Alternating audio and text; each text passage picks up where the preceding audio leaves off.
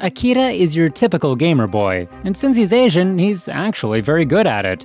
And like all gamer boys, his room is an absolute mess. Akita finds his reality boring, and he'd rather play games whenever he can, wherever he goes. One day, a giant man with mummy wrappings appears and attacks him. Maybe he just wants to talk about his lord and savior, Ra, the Egyptian sun god. Akita escapes to an abandoned building, and the man comes after him. Akita uses some traps to attack him, but it doesn't seem to work one bit. Suddenly, a woman named Mion comes and challenges him to a fight. With a 5 seconds countdown, the battle starts and Mion immediately wrecks him. Akita wakes up in a mysterious place, and his hands are handcuffed together in strange handcuffs. His wounds have also healed. There are lots of people around him as well. Mion appears and says that to the rest of society, they are already dead. Kinda reminds me of Squid Game. Mion does not reveal her plans, so a big strong man goes to threaten him. And of course, the rule of anime is that a big strong man isn't really a threat. Except for you, Kato. Mion kills him with ease with her power to turn her hand into a hand cannon. She says that they all have been given unique abilities. When the handcuffs turn green, they will get removed in 5 seconds, and they will be able to use their powers. They are allowed to hurt or kill anyone else here. Then, they are sent to separate rooms to prepare for this strange game. Akita finds a piece of paper with his abilities explained on it. His power is whatever the other person thinks it is. Heh, that's, something. Soon, their first round begins, a 1 versus 1 fight. Akita is paired with Madoka, a bad boy who hates school and likes to cause trouble. After a 5-second countdown, the fight begins. Madoka turns a stick into a sword, and he starts cutting anything that Akita throws his way. So, Akita runs into the laboratory where Madoka tells him to admit defeat, as that is also another way of ending a battle. Akita sets up the environment in such a way that Madoka starts believing Akita has the hand cannon ability. And because his opponent thinks that, Akita gets to use the cannon. He blows Madoka away with a super powerful bang. Before Akita can make the finishing blow, Madoka surrenders. Mion declares Akita as the winner while clapping like a psychopath. That's quite the tricky power, to be honest. Akita decides to keep his actual power a secret so that everyone will continue believing his power to be the hand cannon. Time to change characters, guys. We're going to have to get to know a lot of people after all. Yuri is a high school girl who has a stalker following her. Her mother also has a promiscuous habit, and she brings home new men every day for wrestling in bed. This new man has a daughter himself, and she's a cute little child named Ruria. One day, Yuri sees her stalker getting ready to end his life, so Yuri runs to save him. She reaches him, but the stupid psychopath pulls her along with him, and that's how she ended up in his battle game. I hope you guys are sympathizing with this character by now. Yuri starts testing her powers, which creates a huge shockwave. It's pretty powerful, but not powerful enough to break out. Yuri thinks about her backstory again. While her mom was having fun with the new man, his daughter, Riria, is left in her care. Yuri feeds Riria, and thus she ends up feeling protective of her. Yuri vows to get out of this place so she can get back to that little girl. Yuri is put in a 1 versus 1 battle with a huge and strong man. He starts behaving in a typical I am a strong man attitude. His ability allows him to smell somebody's condition, like knowing whether Yuri is a virgin or not. Spoiler alert, she is. He is also a pervert, so he removes his clothes and starts rushing towards her, and he manages to grab her. The man has a pretty messed up past. He once murdered a prostitute when she tried to blackmail him. Yuri finally uses her power, and she punches him so hard he learns to do a backflip. Yuri has the ability to multiply her physical abilities 5 times. Once again, she vows to get back to Riria. Meanwhile, Akita is taken to a room full of other people for the second round. The second round will be a 5 versus 5 battle. They have 2 hours to prepare for the battle. His team members consist of Madoka and Yuri and 2 other new people. The big guy is named Shin, and he's a wrestler. He has the ability to become unbeatable, invincible for 2 seconds. The guy who looks like Lupin III does not reveal his name, so let's just call him Lupin. His ability is to turn a button into a rope, by far the second worst ability to have. Akita does not reveal his powers, as his teammates might become his opponents in future rounds, so he says that his ability is to use the hand cannon. Turns out they are not going to fight 5 versus 5 directly. It's going to be 1 versus 1, turn by turn. I mean, I understand. The author would have to go through hell to keep up with a group battle. Lupin is paired with a beautiful woman named Rin. Rin asks him to forfeit in exchange for some hanky-panky later, but Lupin does not accept. When Lupin takes his eyes off her for a short moment, Rin kills him with big spikes. None of them could realize what Rin's ability was. It's always the seductive girl who gets the scariest powers. Just look at Lust from Full Metal. The second match is between Shin and a reserved high school girl named Ringo. The moment the 5 seconds count down, Shin rushes toward her, but Ringo immediately forfeits. Everyone is shocked. Turns out, Ringo can copy 10% of her opponent's real powers. She tried to copy Shin's 2-second invincibility ability, but 10% means she would only be invincible for 0.2 seconds. So, she immediately forfeited. Very smart of her. Rin does not take this lightly, so she almost chokes Ringo to death, but another girl named Saeko calms her down, promising to win the next round. Saeko and Madoka are paired up next. Saeko slingshots marbles at him. Madoka swipes it away, and the marble becomes a giant wrecking ball. When Saeko attacks more, Madoka cuts one of them. His ability is to create not just a sword, but a sword that can cut through anything. Despite Saeko's best efforts, Madoka gains the upper hand and he forces her to surrender. But Saeko has one last trick left. She expands her marble right under Madoka's marbles. Madoka becomes unconscious and Saeko wins. Akira lovingly calls Madoka an idiot in the most polite voice possible. Next is Akira versus Kuji. Akira's team has 2 losses and 1 victory, so he must win. He goes to Madoka and taunts him. Since Madoka thinks that Akira's power is the hand cannon, Akira's hand cannon activates. His opponent, Kuji, starts crapping his pants, but when Akira shoots at him, Kuji creates a barrier which stops his attacks. So Akira uses the power of the Asian mum, as in, he throws his freaking shoe at Kuji. Then he goes behind him. Kuji forfeits and Akira wins. Akira realizes that Kuji's power is to nullify his opponent's powers when touching the ground. He also realizes that he can only use his powers when the other person is directly engaged with him. Bystanders may think his power is a hand cannon, but he can't use it if they are not engaged with him directly. Now, you might be wondering why Ringo does not use her powers to find out what Akira's real power is. You must remember the handcuffs. If it's red, then their powers are nullified. Now it's match 5, the tiebreaker. Yuri is paired with that psycho stalker Uji, the idiot who pulled Yuri off the building. Instead of being regretful, Uji seems all happy to be here with Yuri. Yuri, on the other hand, well, she wants to murder the crap out of him. Uji's ability is to turn his body as hard as iron, but Yuri still punches him off the stadium. Our Yuri is a real one-punch girl. Mion comes and congratulates the winning team. She puts blindfolds on them and takes them to a nice dinner. The losing team will be tortured and then killed. Nah, just joking.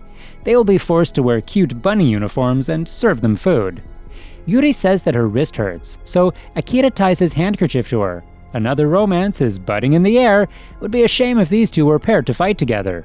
Later, Mion says that the bunny uniforms were just a bit of fun. The losing team will have another punishment. The winning team is taken to a chamber with 5 different doors. Each must take a different path. They all wish each other the best of luck and go separate ways. Before leaving, Akira holds Yuri's hand and asks her to stay safe. Yuri blushes and runs, but this is just a part of Akira's plan. For the third program, Akira is given an interface. He has 100 points and he must collect 1,000 points to advance. Every person he knocks out will get him 10 points. He meets a man named Katsuya. Instead of fighting, Katsuya tries to recruit him. Just then, Yuri comes to them, being chased by a bunch of perverts. Katsuya uses his powers, which is to turn wood into a bow that can shoot infinite arrows. The perverts have a hand cannon fighter. Akira also activates his hand cannon and they run away. Later, Katsuya says that the people in the third round have separated into reds and greens. The men before were of the red team, and they are led by 2 powerful people. He himself is one of the green team. They go to the green team's village. It's filled with old people and even babies. Their leader, Yuto, is an old man. They're happy to have people with offensive abilities like Akira and Yuri. Turns out, the green team doesn't have many fighters. Yuto tells them that they can collect points by completing quests, and they can exchange those points for supplies like medicines, food, etc. Since the fourth round is not guaranteed to be safe, the red team seems to have no intention of passing. They just want to stay in the third round while using their powers. Meanwhile, let's look at our villains. The leader of the red team is a giant man called Hajime, and the second leader is a calm and collected man named Messiah. Like typical villains, Hajime beats up the 4 perverts for failing their tasks today, while Messiah looks on coldly. Even that psycho Rin has joined their team. Green leader Yuto says that there's a third team, Team Blue, but they are neutral in the conflict between red and green. Yuto also says that the red team exploits anyone who is weak. Yuri gets angry and joins Team Green immediately. Akira has to make a choice. Akira points his cannon at Yuto. Yuto asks him to shoot, so Akira shoots the old man. Except that Yuto has an ability that can block even the cannon's powers. Akira is satisfied with Yuto's leadership, so he joins them. Just then, another green team member named Momoko informs them that a lot more new people have come to join them. Akira and Yuri are put in the same room, and they immediately find rubber inside. Maybe they can do something about their virginity, But Akira is more focused on something else. He tells her that his real power is telepathy. Yuri is confused, but he convinces her that it's true. Yuri believes him, and just like that, he gains the power of telepathy. Using this newfound power, they start talking through their minds. They start conversing about their families, and Akira starts trusting Yuri. So he reveals to her that his real power is whatever the other person thinks it is.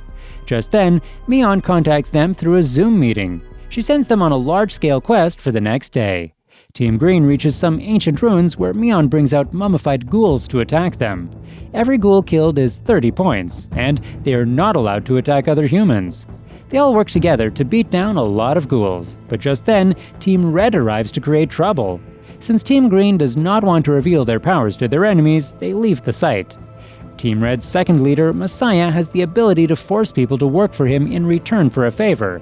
He has collected many people who owe him a debt, so he sends them to be attacked by the ghouls. Akita and the others start saving them, so Mion brings out her main ghoul, which is really powerful. Yuto has no other choice but to reveal his powers. His power allows him to conduct a peaceful negotiation with his opponent. When he ends the negotiation, he can return all the damage that he blocked, kinda like Melioda's revenge counter. He blasts a hole through the ghoul. I just want to point out, that's anything but peaceful. Messiah is happy to find out Yuto's powers. However, the ghoul eats other ghouls and regenerates. Their boss fight is not over yet. Yuri rushes in to save Yuto. By doing so, she also reveals her powers to Team Red.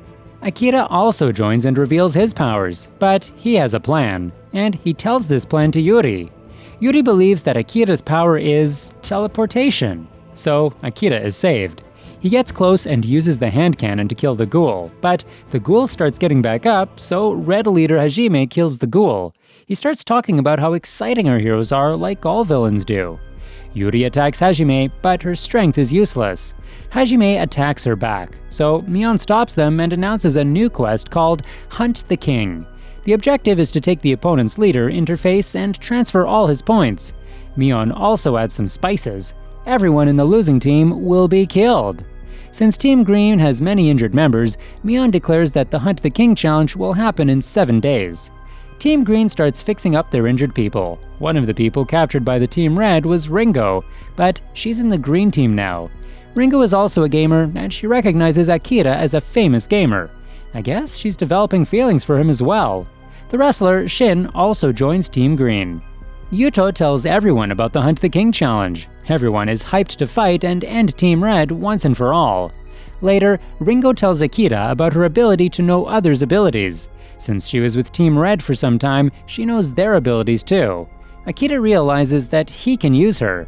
Yuri sees Akira and Ringo spending time together, and she starts getting a little suspicious and a whole lot jealous.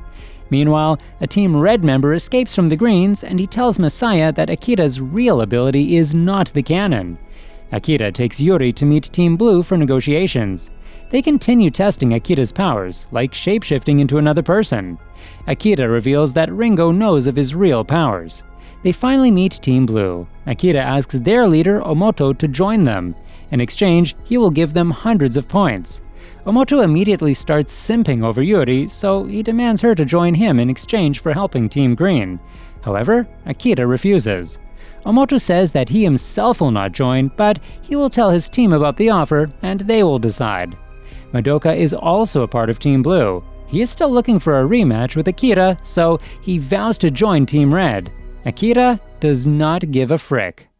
The Hunt the King quest begins. Taking an opponent's interface will give you 1 point. Taking the interface away for 3 meters will seal the opponent's powers. Putting your own interface on one of the 5 towers will get you 10 points. They can use these points to do various things, like shutting down someone's abilities or finding their location. Team Green makes it their priority to seal Red Leader, Hajime's abilities. Katsuya manages to secure one of the towers. However, Hajime does not stay back and he fights in the front lines. He gets into a fight with Team Green's Asuka, whose ability is to create a sword and she can change the weight of the sword.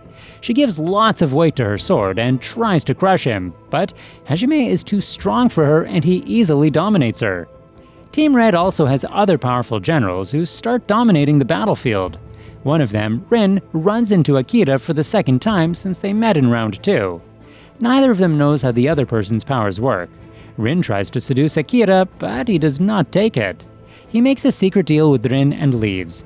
Rin immediately contacts someone saying that she found Akira. Shin comes face to face with another powerful Team Red member, Setoguchi, who is covered in the blood of dead Team Green members. Setoguchi's ability is to shrink things. He ties a string to Shin's wrist and then he shrinks the string until he cuts Shin's hand. Meanwhile, Hajime is just about to kill Asuka, but Yuri makes a heroic entry and saves her. Yuri uses her 5 times multiplied strength to fight him, beating him terribly in that terrible 3D animation. The green team capture a spy that Team Red had put there. However, when they try to get him to talk, he is dead. Turns out there is another spy, the sweet old lady Momoko. Akira also comes face to face with Madoka, who is back for a rematch. Madoka can turn small wood pieces into small swords, called knives, and he uses these to attack Akira. Just then, another general from Team Red joins the battle. His name is Rindu, and like all Team Red members, he's a psychopath. Madoka temporarily allies with Akira to fight Rindu because Madoka wants the pleasure of defeating Akira by himself. Turns out, Akira actually called Madoka here while also asking Rin to call Rindu here. This was his plan. Rindu uses powerful invisible slices to attack them, so they team up properly and attack him from both sides. But Rindu stops Akira's cannon. However, Madoka turns the splinters into knives and kicks them at Rindu, which kills him. Meanwhile, another powerful Team Red member named Renka kills many Green Team members. So, a Green Team nun uses the last of her strength and her voodoo ability to kill this powerful fighter. Good for you, sister. You're the queen. But, what is this? Renka wakes up and fixes her neck. Just then, Rin comes behind her. These two girls do not like each other as they are both alpha females in Team Red. Renka attacks with her tools and cuts Rin, but Rin uses her blood to create weapons. She attacks Renka and traps her. Then Rin rushes to the other person who is always with Renka. She stabs right through the box. The man inside is the one who is controlling the puppets. The girl pushing the box is just a slave of the red team. Rin has a deal with Team Green. If she kills a red team general, then Team Green will save her if Team Green wins. If Team Red wins, then she'll survive with them. But Rin still kills the slave to hide her secret. Meanwhile, Shin continues his battle with Setoguchi, and let me tell you, this Setoguchi guy is really annoying and overconfident. He continues using shrinking strings to cut parts of Shin. He even manages to reach his neck, but a green team girl named Hareka uses her wind powers to knock him down. Setoguchi attacks Hareka, so Shin uses their body to protect her. Shin does not like to use his powers because the memory of his brother's death still haunts him, but he needs character development right now, so he learns to use his powers without any guilt.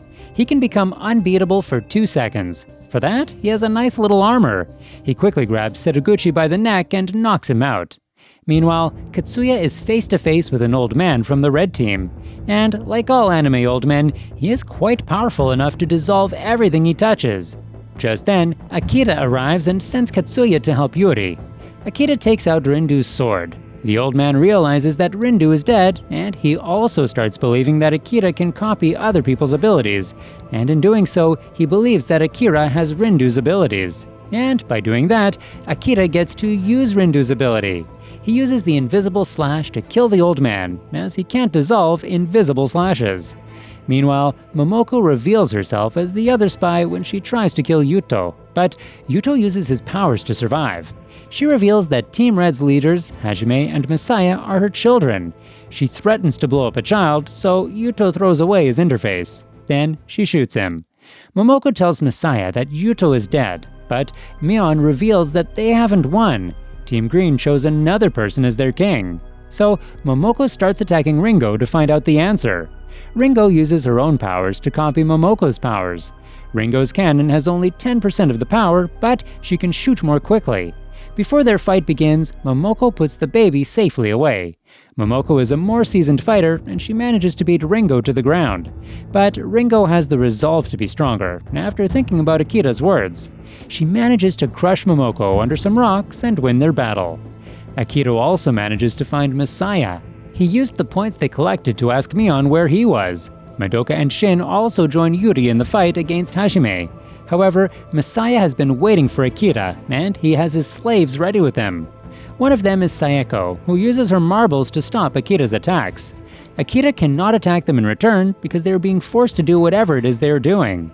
Akita tries using the Talk no Jutsu to gain some time. Messiah realizes what is happening, but he lets Akita talk and gives him some time. In doing so, Akita is now in a debt with Messiah, and because of that, Messiah can turn him into a slave. But since it was only a small debt, Messiah can only tie his legs to chains. Messiah starts thinking about what Akita's true ability could be. He thinks about the battle with the ghoul, and so he starts believing that his true ability is teleportation.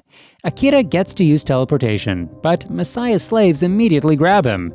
He then steps forward and stabs Akita. However, Akita says that this was just his plan to get close to Messiah. Now, Messiah believes that Akita has Yuto's defensive powers, so Akita gets to use that power. He full counters the knife attack and knocks down Messiah. All the slaves are freed. On top of that, Akita reveals that he was wearing books and meat in case he got stabbed.